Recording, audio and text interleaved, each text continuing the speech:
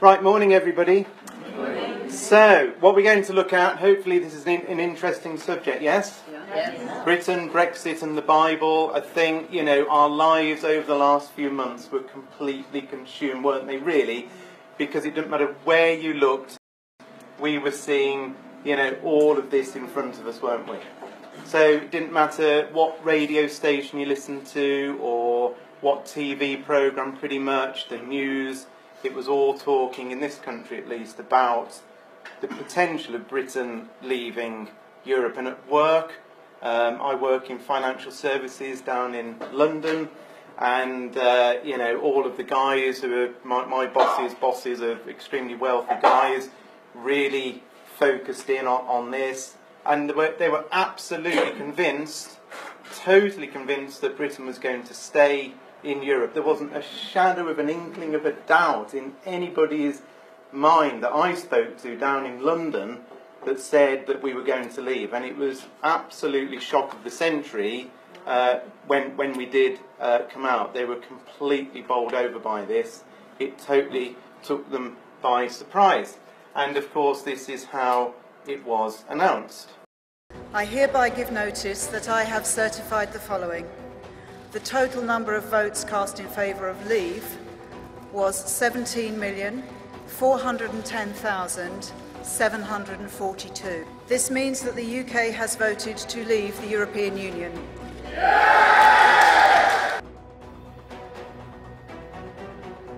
Sterling, lowest level in 31 years. Which is down some 12.6%. The British people have voted to leave the European Union, and their will must be respected. I think the country requires fresh leadership to take it in this direction. We should aim to have a new Prime Minister in place by the start of the Conservative Party conference in October. So this was big news, wasn't it? This is like a political earthquake, and of course it isn't just Britain that was interested in this. I don't think there was a nation on the planet that wasn't reporting headline news about Britain leaving Europe, do you? I looked at, not every single country on earth, but I looked at many of the headlines the following day, and I couldn't find a single solitary newspaper anywhere that didn't have Britain leaving Europe as their number one headline. So this isn't just a little event to do with Britain, and really nobody's that interested. It's headline news around the planet. So what we're going to do this morning is have a look with Bible in hand what God says about these events. What does he say anything about these events? To start with, we're going to have a look at that. But here's something that is quite interesting. I'm sure a lot of you have heard of John Thomas. John Thomas arguably was the very first Christadelphian, because he started discovering what we call the truth, and that was back in the mid-1800s. And in 1848, John Thomas wrote a book called Elpis Israel. And in that book, he actually wrote that Britain cannot be included among them. And by them, he was talking about what he saw as the coming Holy Roman Empire that was going to be resurrected in Europe. And because obviously Europe didn't exist, did it, in 1848 as it does now, but he said Britain is not going to be part of this new European thing that's going to form in the future. That's pretty amazing that, 150 or so years ago he said Britain won't be part of Europe. In 1981, in a publication called Milestones, now, who was it who wrote that one at that point? It was Brother Graham Pierce at that point. So Graham Pierce wrote, Britain will separate from Europe. That's pretty amazing that he saw that. In 1990, in a book written by Paul Billington called Guardians of Israel and Arabia, all these Christadelphians, he wrote, Britain's eventual exit from Europe is a certainty. That's quite amazing, isn't it? And you know something? These people were pilloried for their belief that Britain would leave Europe, because bearing in mind, back in these years, in these decades, we were pretty meshed in, weren't we? We'd voted to go in the 1970s, and yet they were saying all the way through, right the way through, non-stop, that Britain would eventually come out of Europe. How did they know that? They knew it because of their understanding of the Bible. They weren't, they didn't sit there and just imagine this in their own minds and just dream this up. It was their understanding of the Bible that helped them to come to this conclusion. So that's quite amazing that they said that, and we're going to look at some of the things. To be honest with you, we're not going to really look back so much as look at really what happens next. But actually, I just wanted to put this quote up. This is from Daniel chapter 4, verse 17, and it's a really important principle, which is that the Most High rules over the kingdoms of the world. He gives them to anyone he chooses. And in fact, I'm not going to play it, but I might send you the link. We were on, the Christadelphians were interviewed on BBC Nottingham just before the referendum. And they were asking us our opinion on voting, and we don't vote in the elections. And they were really interested in why, out of all the religions, Christadelphians didn't vote in this referendum. And it was Brother Vic Orcott who was interviewed, and he actually quoted this verse on that radio, along with some other verses as well that explain why we don't vote. And the lady, the BBC radio presenter, at the end of it said that was a really fantastic explanation as to why Christadelphians don't get involved. So really, where we're coming from is, all this stuff that's happening in the world, we are extremely interested in it because the Bible talks about these events. But the reason we don't vote is because it's God himself that is controlling the political and the leaders of the earth. That's what it says. So if we voted, let's say, to stay in Europe, if that's what we thought, or to come out of Europe, if that's what we thought, we might actually be voting against God. Because actually God might want a different outcome, and who wants to be voting against God? Now, God needs somebody to vote, we understand, because God brings about the leaders that he wants. But from our point of view, we are pilgrims in this world. And anybody know what the word pilgrim means? A sojourner is a good, more old-fashioned word, perhaps, but yeah, sojourner. It really means a resident foreigner. Christadelphians see themselves as pilgrims, which means a resident foreigner. And do you know something? Foreigners living in this country, could they vote in the referendum?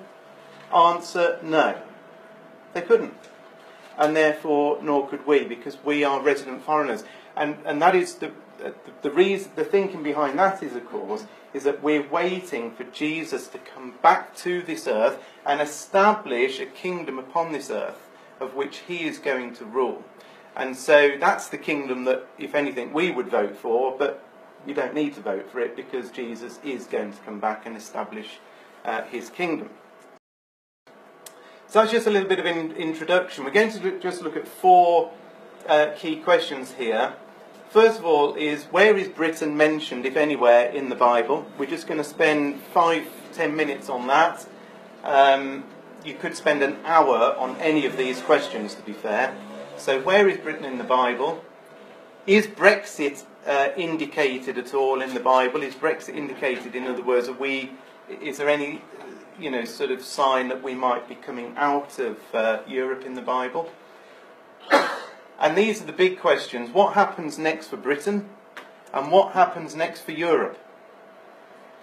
And we think the Bible actually gives us some indication of that. Just as we could see Britain coming out of Europe, we can also see what actually rolls on next.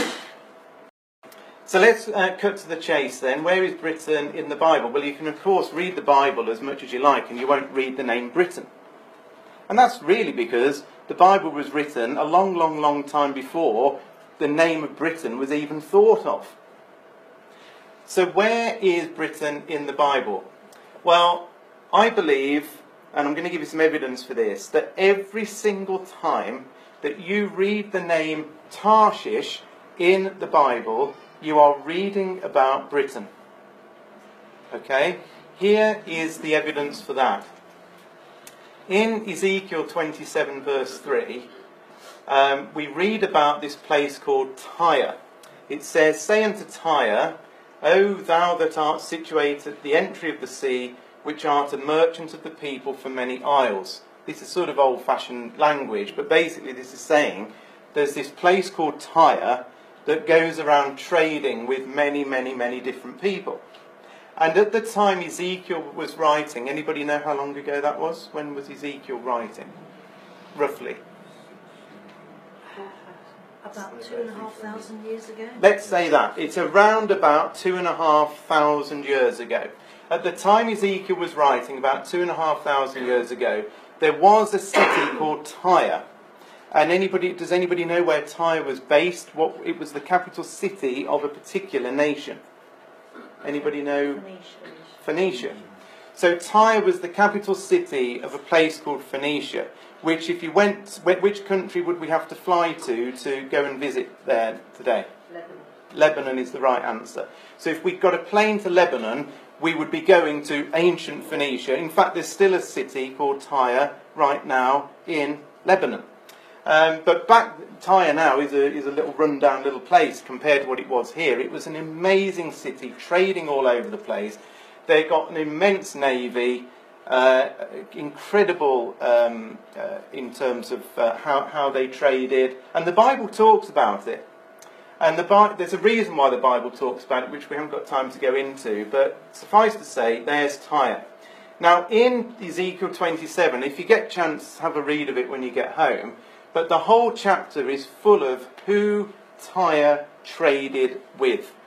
And there's nation after nation after nation after nation after nation. And each nation, it says what Tyre traded for that nation for. In other words, what goods had that nation got that it was interested in. And in verse 12 it says that Tarshish was Tyre's merchant by reason of the multitude of all kinds of riches. And here's what Tarshish was renowned for trading with the Phoenicians with. It was silver, iron, tin and lead. They traded in thy fairs. So wherever Tarshish is, it was renowned for trading in silver, iron, tin and lead with the Tyrians, with the people from Tyre, the ancient Phoenicians. So as we've said, there's a map. Here's a modern map. So there's Lebanon. Israel's down here. Here's the Mediterranean, of course. And there is this green strip of land here was Phoenicia, and their capital city was here, Tyre. And what they did, the reason that they were so successful at trading is that Tyre and Phoenicia didn't conquer lands, they traded with them and they set up colonies all over the then known world. And these green lines all over the place are where the Tyrians paddled their boats. They went everywhere. And they set up colonies in northern Africa, in southern Europe, all over the place. And they traded. Now have a look. One of these green lines comes all the way along here and through Gibraltar and all the way around here. And lo and behold, there's Britain. And look what it says that they traded with Britain for. Tin. Tin is actually one of the big clues as, do you remember it said that Tarshish traded for silver, iron, tin and lead. And the rarest of all of those metals in the ancient world was actually tin. It was very, very rare to find tin. But the Phoenicians did find tin, and they found it and traded for it with Britain.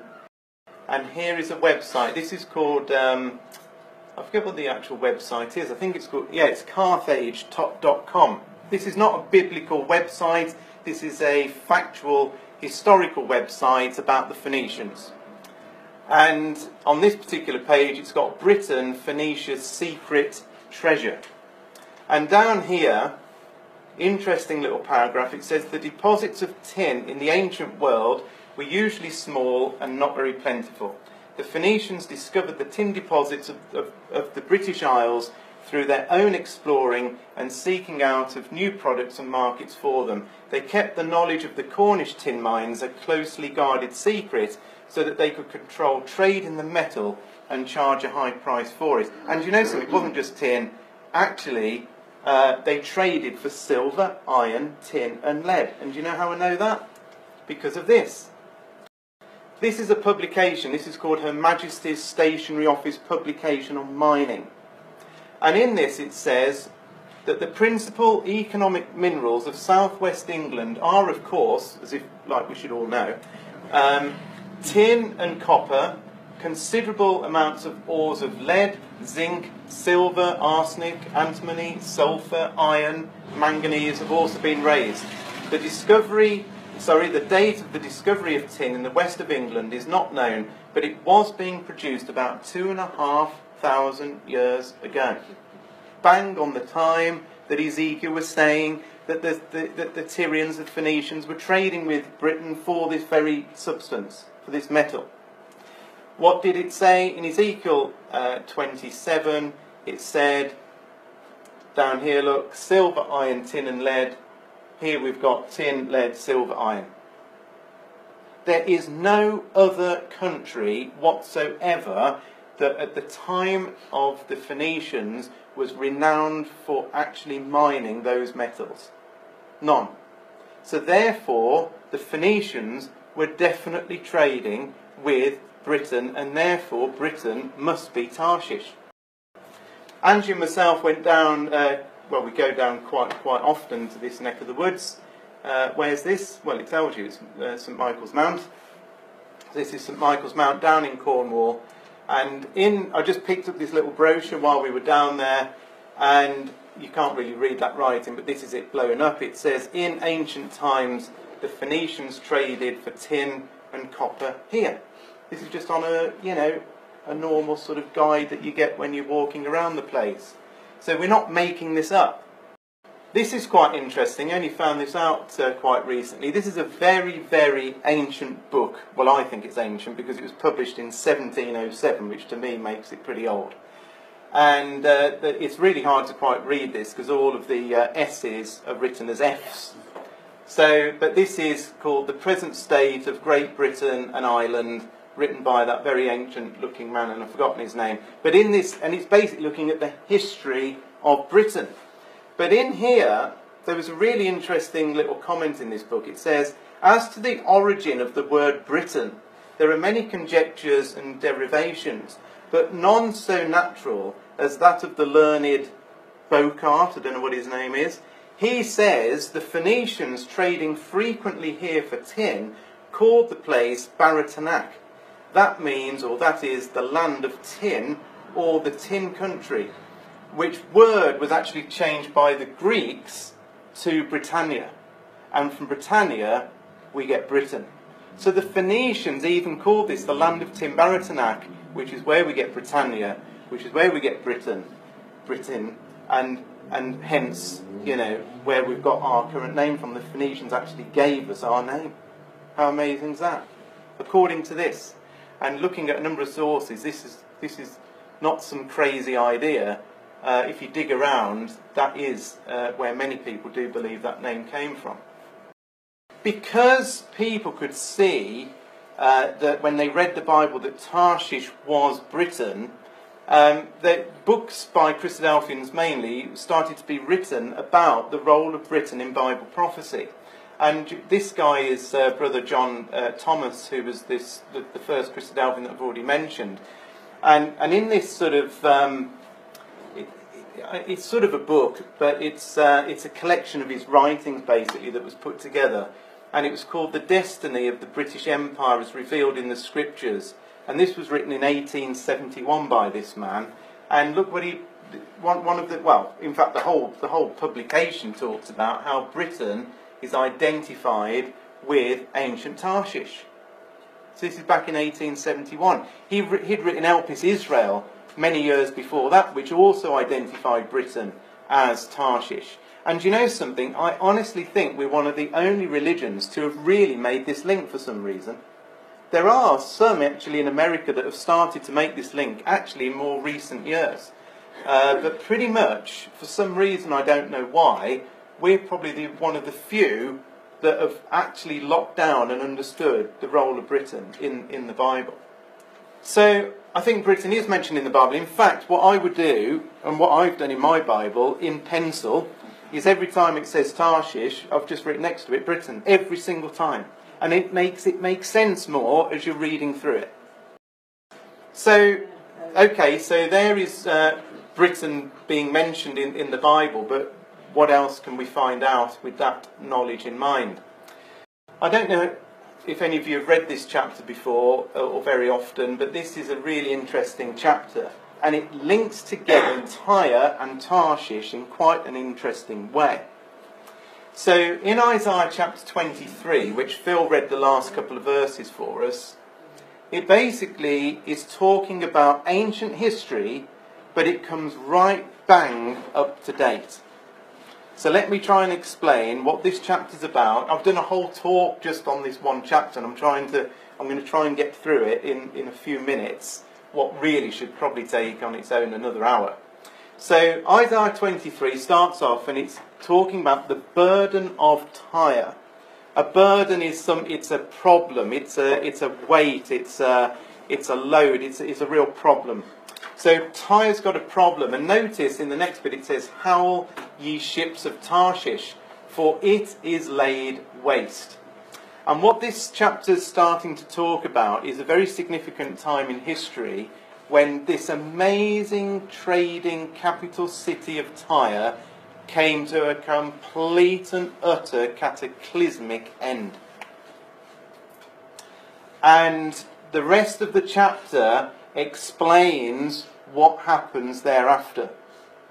And the reason that you notice that Tyre and Britain are already linked together in this chapter. So in other words, Tyre is laid waste, and because Tyre is laid waste, the ships of Tarshish are howling. I mean, this is symbolic language, isn't it? Because we were trading with Tyre, it was like one of our major trading partners has now stopped trading.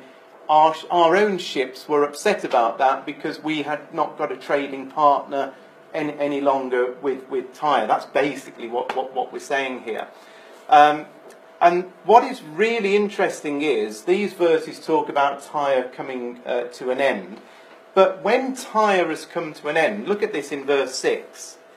Talking about Tyre, it says, "Pass ye over to Tarshish." Pass ye over to Tarshish.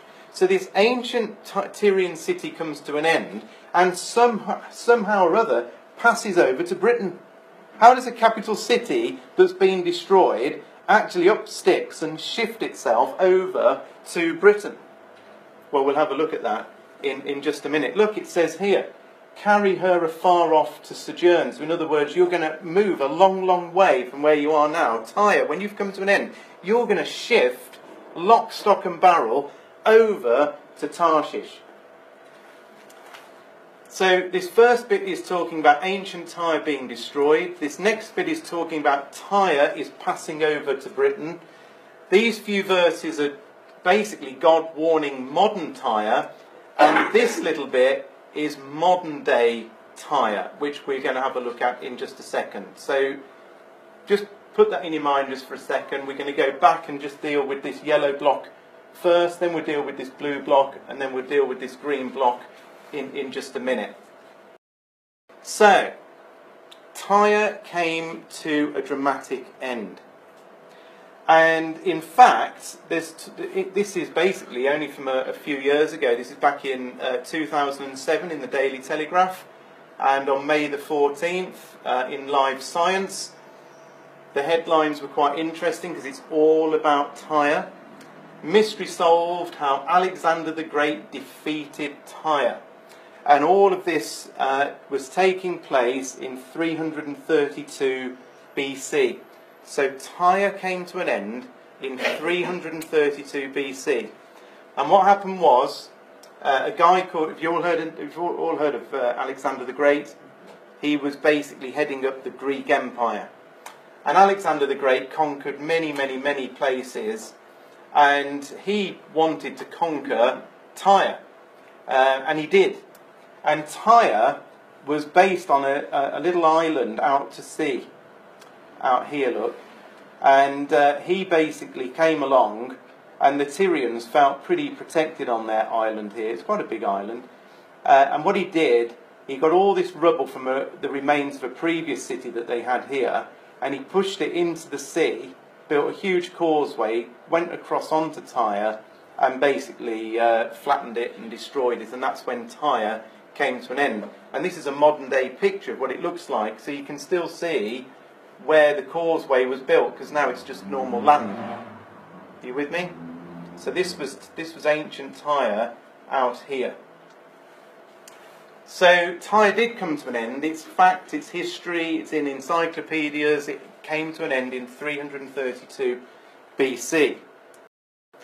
But what did it say next? It said that Tyre would pass over to where? Tarshish.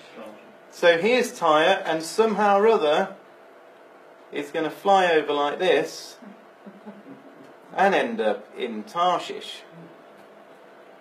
Okay, fine. How does that happen then? How does a city shift from one place to the other? Well, here's some interesting facts about Tyre, and some of them I've already told you. The first thing is, it was the capital city.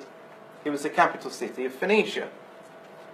It was full of merchants and kings. In fact, the Bible mentions quite a few of the kings of Tyre. One of them was called Hiram, which is mentioned in Chronicles. He was best friends with King David and with Solomon. So it was full of merchants and kings, very rich. It ended up being on this island out to sea. They're very proud people, traded with many nations. The key thing with these people was that they set up colonies all around the then known world. They had a huge navy.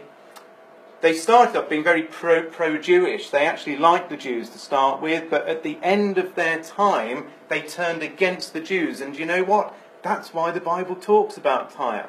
And that's why God brought them to an end. It's God that said that I'm going to bring Tyre to an end. And God brought Tyre to an end because they turned against the Jews. We didn't look at this, but in Isaiah 23 it also says that the new Tyre would be associated with a river. This has got to pass over to Britain, yes? It says Tyre will come to an end. All of that will come to an end, but reappear in Britain. Is that not what it says? That's what it says. Now somebody tell me, is there any place in Britain that might tick any of those boxes? London. There's only one place, and that is London. You see, Tyre did pass over. It's not physically meaning all the bricks and stones were moved, but what it was passed over to Britain. Everything that it stood for, everything that it did, passed over to Britain. And London actually fits perfectly, do you know, with all of those things. Absolutely every single one of them. Only just on a far grander and greater and bigger scale. So here is the map of the British Empire. What did the British Empire do?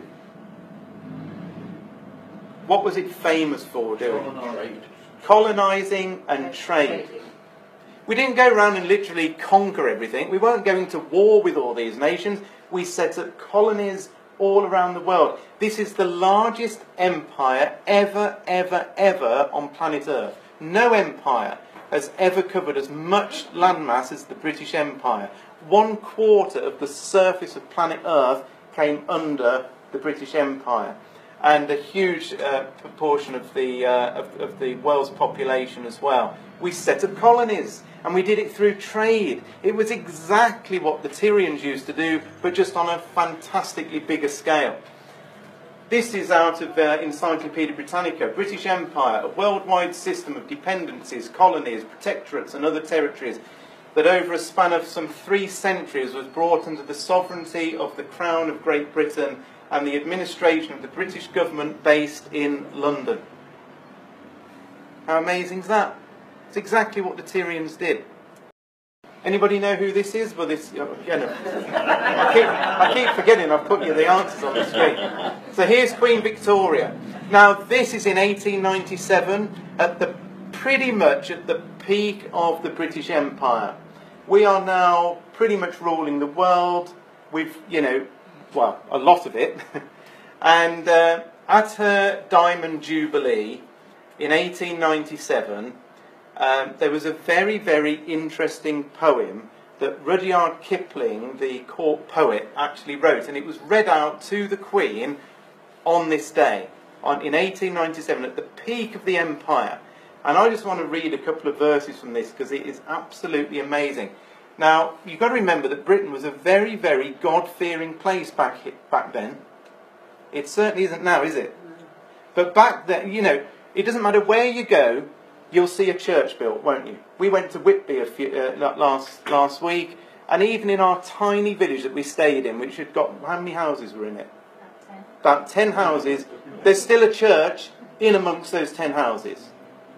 It doesn't matter where you go, you see a church. Would that happen now? If we demolished them all and started again, would all these churches spring back up? You wouldn't see a single one. You'd probably see lots of nightclubs instead. But back then, Britain was very, very, very religious. Now look at what Rudyard Kipling said to this Queen. You might have heard of it. It's called Lest We Forget. And this poem is all about the danger of forgetting God. God of our fathers, known of old, Lord of our far-flung battle line, beneath whose awful hand we hold dominion over palm and pine. Lord God of hosts, be with us yet, lest we forget, lest we forget. I mean, bearing in mind he's saying all this at the peak of it all.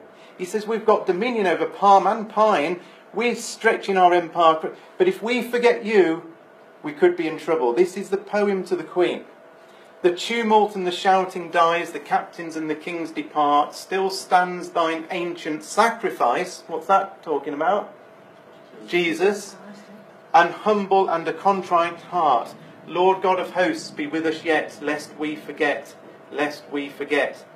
Far called our navies melt away, on dune and headlands sinks the fire. Lo, all our pomp of yesterday is one with Nineveh and Tyre. Judge of the nations, spare us yet, lest we forget, lest we forget. And so it goes on. For heathen heart that puts her trust in reeking tube and iron shard, or valiant dust that builds on dust, and guarding cause not thee to guard, for frantic boast and foolish word, thy mercy on thy people, Lord, Amen. This is what he's saying to the Queen. We might be at the pinnacle of it all, and they were, but if we forget, will become like Tyre. Do you know something? Do you think Britain did forget? Do you think Britain has forgot? No. It categorically has thrown God full scale into the bin. The churches have become nightclubs. The churches are deserted. The people have rejected God. We can't teach children anymore about, we're not a Christian country really, are we, when all is said and done? They know more about the Quran when they leave school than they'd ever know about the Bible. We have wholesale rejected God. Now, here's the interesting thing. In this Isaiah 23, God explains what would happen to modern day Tyre, this Tyre that exists in Britain. He says the Lord will visit Tyre. This isn't the ancient Tyre because we're later on in the chapter. It's sequential, so we're at the point of talking about London. You may as well cross that out and write London, because that's what it's talking about. The Lord will visit London, and she will return to her wages, and will prostitute herself with all the kingdoms of the world on the face of the earth. So somehow or other, God says that London is actually going to become like a prostitute. And actually, is going to, and it's all to do with money. It's all to do with wages. It's all about cash now. We're going to make money. And it doesn't matter what we do, we're going to make money and, to hell, to coin a phrase, with all of our principles about God. We are going to do this. And so Britannia, there's the image of Britannia, God said would turn into a harlot. A harlot literally does anything for cash, doesn't she? Anything for cash, I'll do it. That's what that is. And Britain, God says, London would eventually become exactly the same. Now, has Britain done that? Well, we've already said that Britain has done that.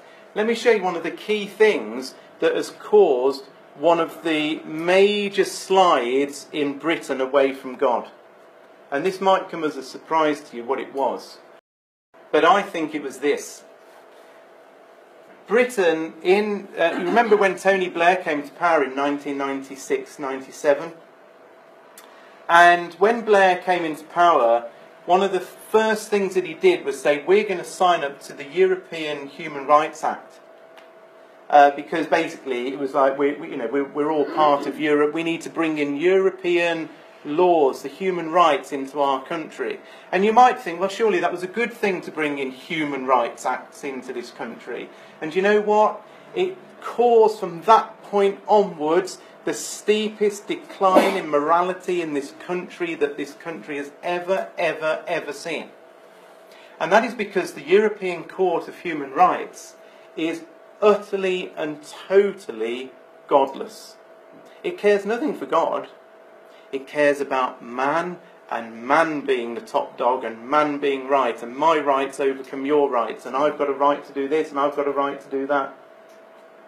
And here's some of the stuff that's happened since 1998.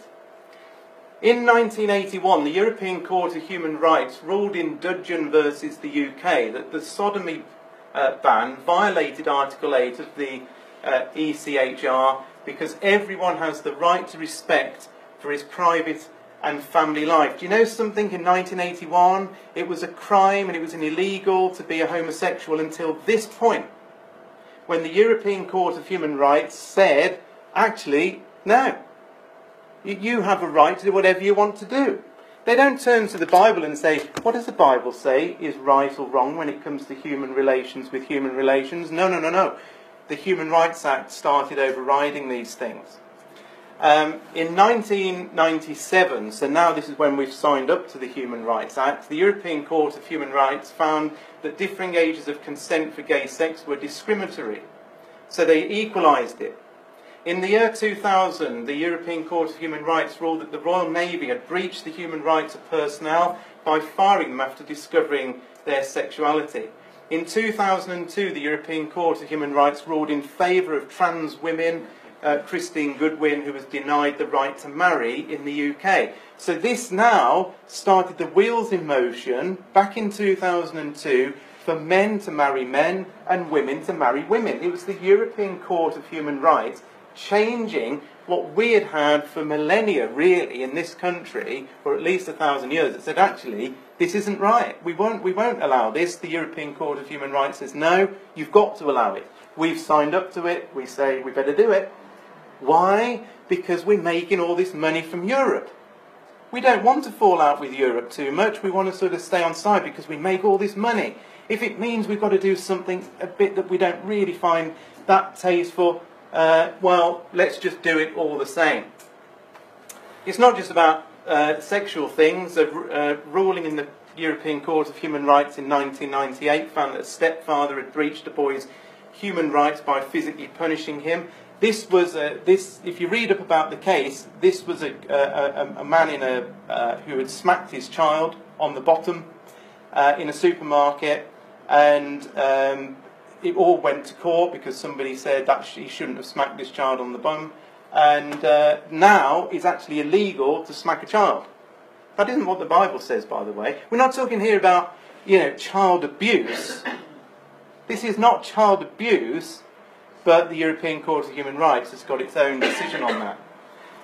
The European Court of Human Rights ruled that a company that sacked a man for smoking cannabis at work was wrong. They said it was no worse than smoking cigarettes and that the company had breached his human rights. This is what is permeating the laws of our country now. Have a listen to David Cameron. This is just, I think it was about a year or two ago. Since I recorded last year's message, there has been one huge historic change in Britain.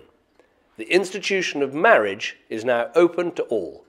Whether you're a man and a man, a woman and a woman, or a woman and a man. Your love for one another is equal in the eyes of the law. Since the Same-Sex Couples Act came into law in March, couples across the country have been demonstrating their love and their commitment by tying the knot. This would not have been possible without the support of so many people who are at Pride today.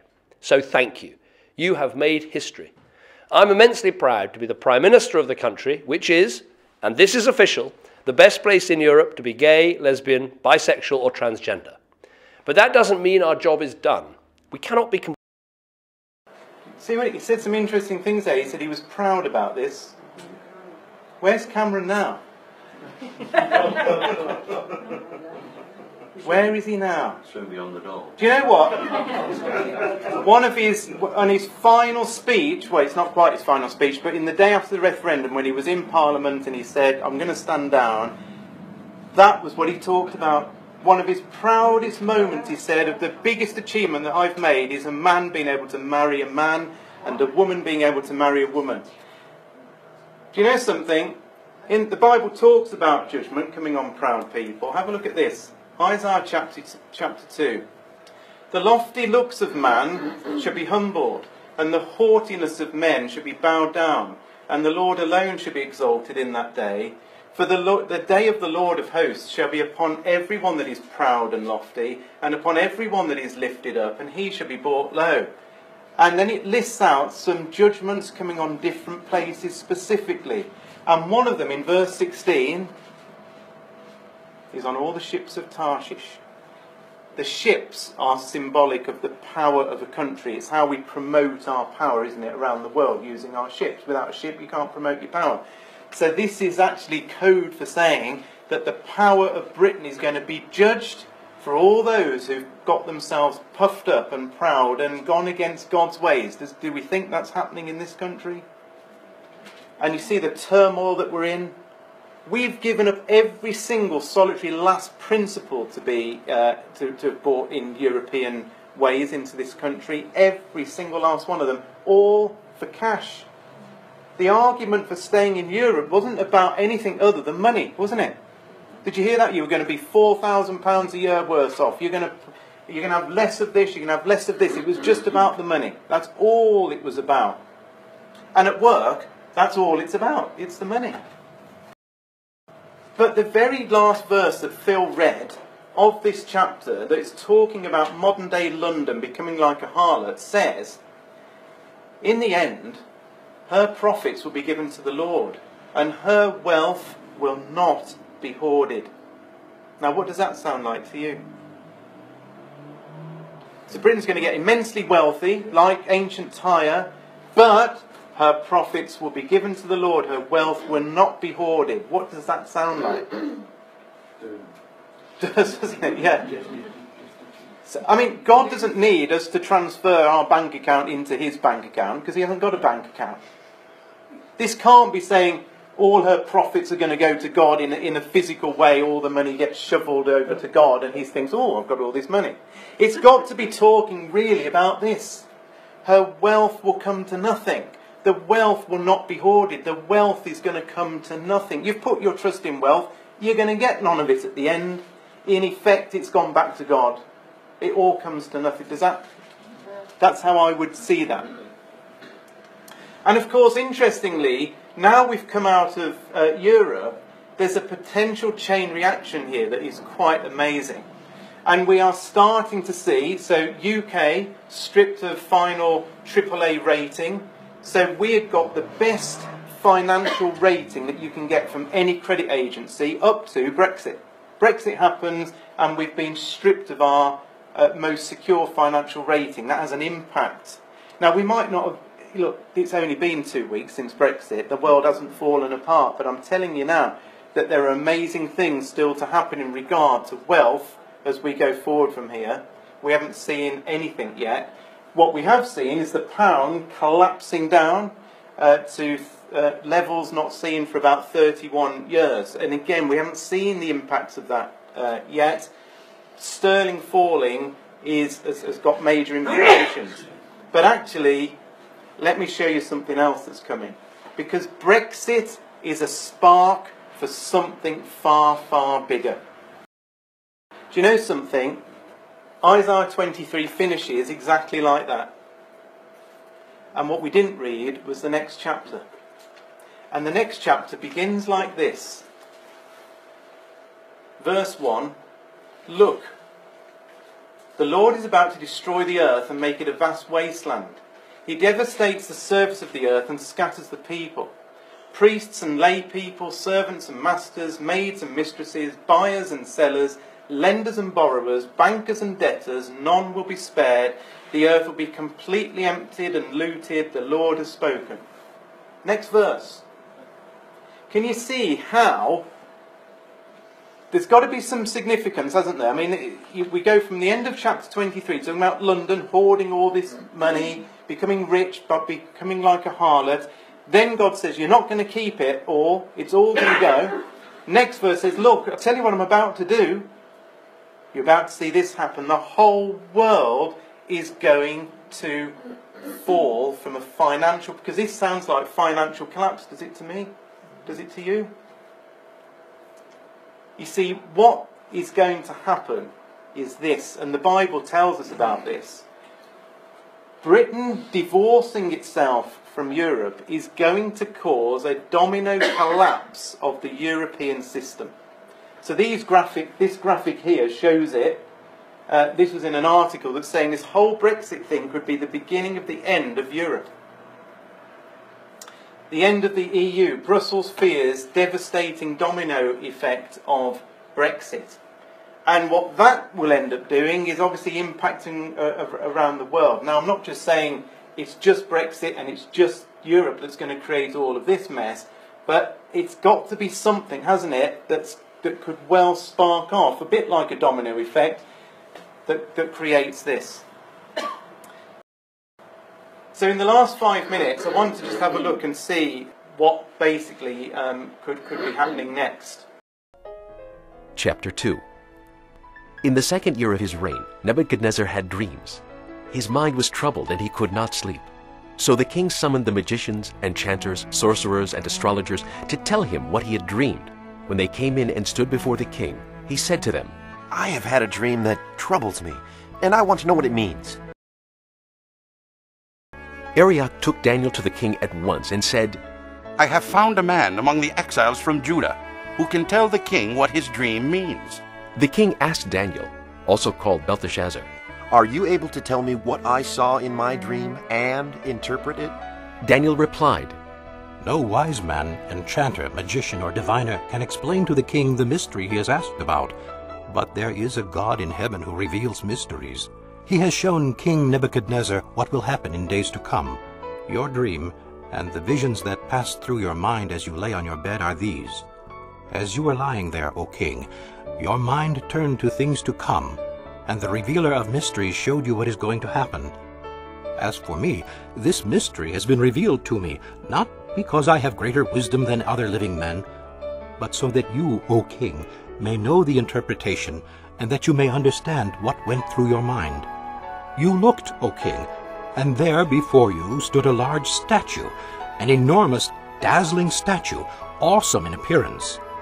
The head of the statue was made of pure gold, its chest and arms of silver, its belly and thighs of bronze, its legs of iron, its feet partly of iron and partly of baked clay.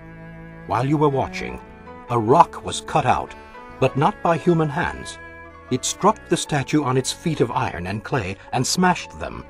Then the iron, the clay, the bronze, the silver, and the gold were broken to pieces at the same time and became like chaff on a threshing floor in the summer. The wind swept them away without leaving a trace. But the rock that struck the statue became a huge mountain and filled the whole earth. This was the dream, and now we will interpret it to the king. So Nebuchadnezzar had a dream, and Nebuchadnezzar was a king of Babylon, and God gave him a vision about the future. And the vision that he gave him about the future was in a symbolic form. It was of a statue with a head of gold and chest and arms of silver, belly and thighs of brass, legs of iron and feet part iron and part clay. And all of this is in Daniel chapter 2, and there's the words on the screen. And Daniel goes on and explains in the book of Daniel that the head of gold represented the Babylonian Empire. and the Medes and the Persians represented the next empire that would come. And then he said after the Medes and the Persians there'd be the Greek Empire. That's where Alexander the Great fitted in. And after the Greek Empire would come the Roman Empire, which is symbolic of these iron legs. But after the Iron Empire of Rome, there's a final kingdom, it says, that appears on earth called Europe. Well, he doesn't call it Europe. He just says it's the feet. Does anybody remember what the feet are made of? Iron and clay. So in other words, the Roman Empire was made of iron, and the European Empire down here is made of iron and clay. And we read that. You can just about see their feet on the screen there. So have a look at this. It says, so this is talking about an empire that exists at the very end of time. It says, the feet and toes you saw were a combination of iron and baked clay, showing that this kingdom would be divided. Like iron mixed with clay, it will have some of the strength of iron, but while some parts of it will be as strong as iron, others will be as weak as clay. This mixture of iron and clay also shows that these kingdoms will try to strengthen themselves by forming alliances with each other through intermarriage, but they will not hold together, just as iron and clay do not mix. During the reigns of those kings, the God of heaven will set up a kingdom that will never be destroyed or conquered. It will crush all these kingdoms into nothingness, and it will stand forever. So basically what we're reading here is at the very end of time there's going to be a sort of empire that is not, well, it's a divided empire. It's nations that are trying to come together, but they are divided. We know this is something to do with Europe because where was the Roman Empire predominantly based? In Europe. So the iron is all to do with Europe, but now we've got something called clay being mixed in with it, and so the whole thing doesn't gel together. And it says, in the reign of those kings, the God of heaven will set up a kingdom that will never be destroyed, and that's what we're on the brink of right now. But you notice what they do here. It says that the iron and the clay, they try and strengthen themselves by forming alliances with each other through intermarriage. This is a modern version, but I think it's a good way of looking at this. So in other words, you've got all these nations, and what they try and do is overcome their differences through intermarriage. In other words, let's mix ourselves together. Does this ring any bells? So what does all this represent? Well, the feet, we believe, is talking about Europe, a continuation of the Roman Empire. Iron, if you look in Revelation 2, verse 27, is all to do with the strength of rulership. Iron is always to do with the strength of rulership. And that's what Rome originally was. It was run by a Caesar, it was a dictator, it ruled really strongly, and that's why it lasted for so long. The clay, though, represents people. It represents the power of the people. If you look in many passages in the Bible, Isaiah 64 verse 8 is one of them, it tells you that people are the same in God's sight as clay. Why do you think that is? Because we're made from clay, we're made from the dust of the earth. So now we've got the strength of rulership mixing in with people. And the two things aren't mixing together. The Bible says that there's going to be this sort of intermarriage, this mingling. We're going to try and mix people together, but actually none of it actually works. They don't actually mingle properly, just as iron and clay don't mingle. And the whole thing eventually falls apart because it remains divided. And at this time, Jesus Christ returns back to the earth to establish a kingdom that will never fail.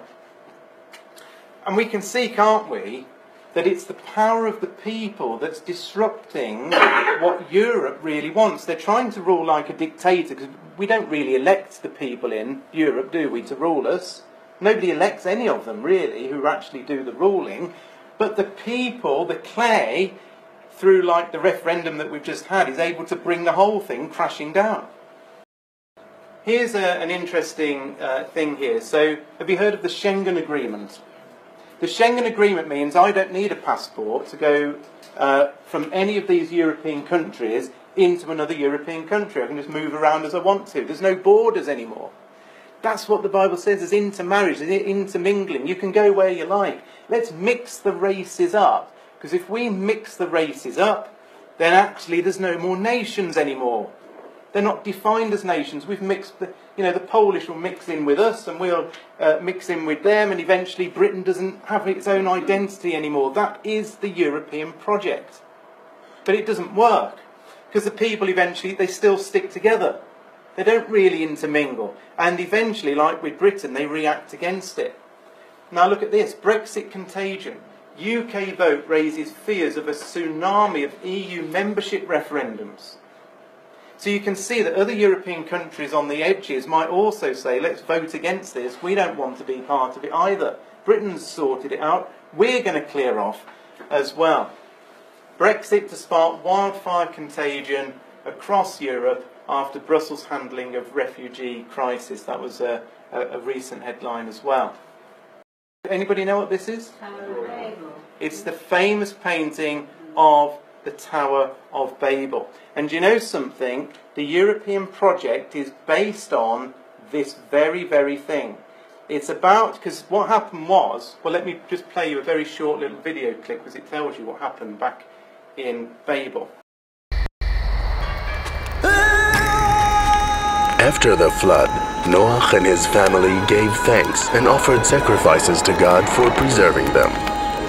God told Noah to go and multiply and fill the earth. Noah's family flourished and multiplied, but they did not spread all over the earth. Instead, they moved down from the mountains of Ararat and settled in the plain of Shinar and dreamed of building a great city. Come, let us build a city and a tower to the heavens so that we may make a name for ourselves and not be scattered over the face of the whole earth. God, the creator of the heavens and the earth, looked down upon them and saw the city and the tower they were building. They are united and speak the same language. Now nothing they imagine to do will be impossible for them.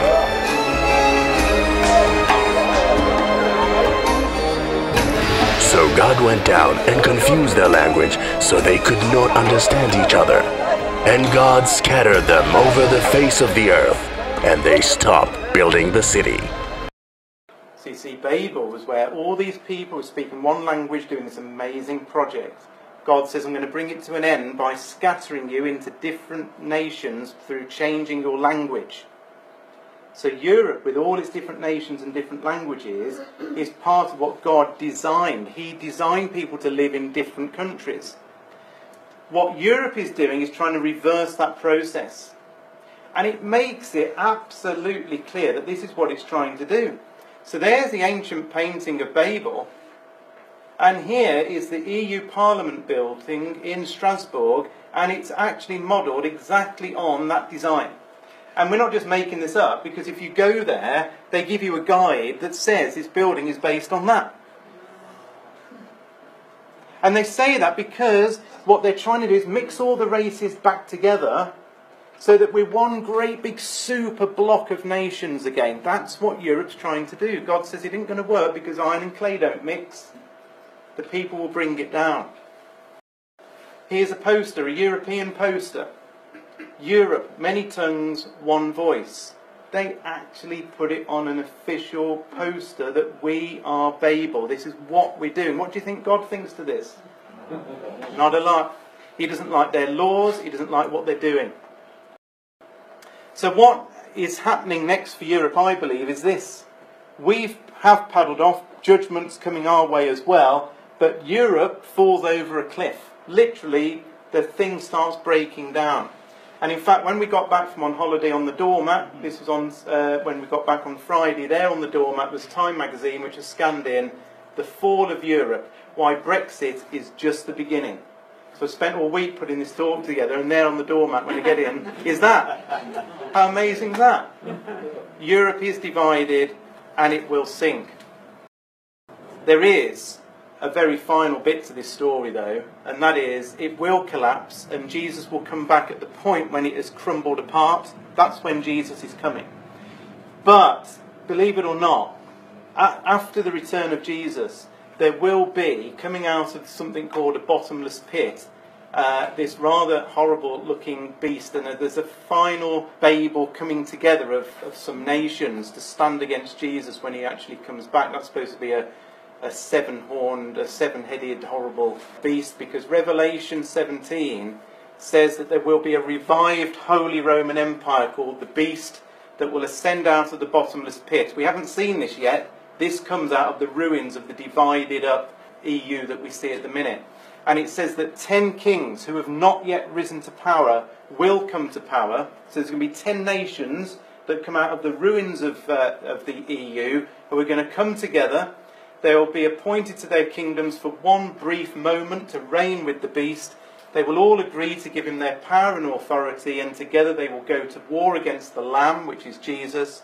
But the Lamb will defeat them because he is Lord of lords and King of kings, and his called and chosen and faithful ones will be with him. So what I'm saying is Europe's going to crumble apart. Jesus comes at the point when it's crumbled apart. But at some point afterwards, 10 nations who are still there come together. They form a bloc, and this bloc goes to war against Jesus, but Jesus defeats them. This is pretty bad news, isn't it? People are going to fight against Jesus when he's back, but not only against Jesus, who else? The saints. The saints, us, those who are called and chosen and faithful. This must be after the judgment. This is after the judgment when Jesus is here. This horrible beast, this European Holy Roman Empire, will come against Jesus and fight against him. The Holy Roman Empire, by the way, covered much of Central Europe and was controlled mainly by Germany. That is the bloc that will rise up out of the ashes and make war against Jesus. Now you think I'm dreaming? Look at this. This was June the 29th. When was that? A couple of days ago. European superstate to be unveiled. EU nations to be morphed into one post-Brexit. EU wants to be an empire. Brussels hopes to expand its influence as far as Asia and Africa. These headlines are happening now. So we're going to see this happen potentially, but maybe all of this actually really does happen after Jesus has come back. So I think the Brexit vote's massively significant. It's our, pulling away. Judgment, though, is going to come on us for the way we've treated God. There's no doubt about that. But it's obviously going to lead to the fall of Europe. Ultimately, a European Union superstate comes after that at some point. But we're on the very brink of things happening, because remember Isaiah 24 said, look what I'm about to do. I'm about to judge the whole world. And that came just at the very end of the previous chapter, talking about Britain and its involvement with Europe potentially coming to an end. So hopefully that is sort of interesting. I've gone on for exactly 1 hour looking at the clock on there. But, it is a sign, I believe, of momentous things that are about to happen. And I think we all feel that deep down as well. So thanks for listening.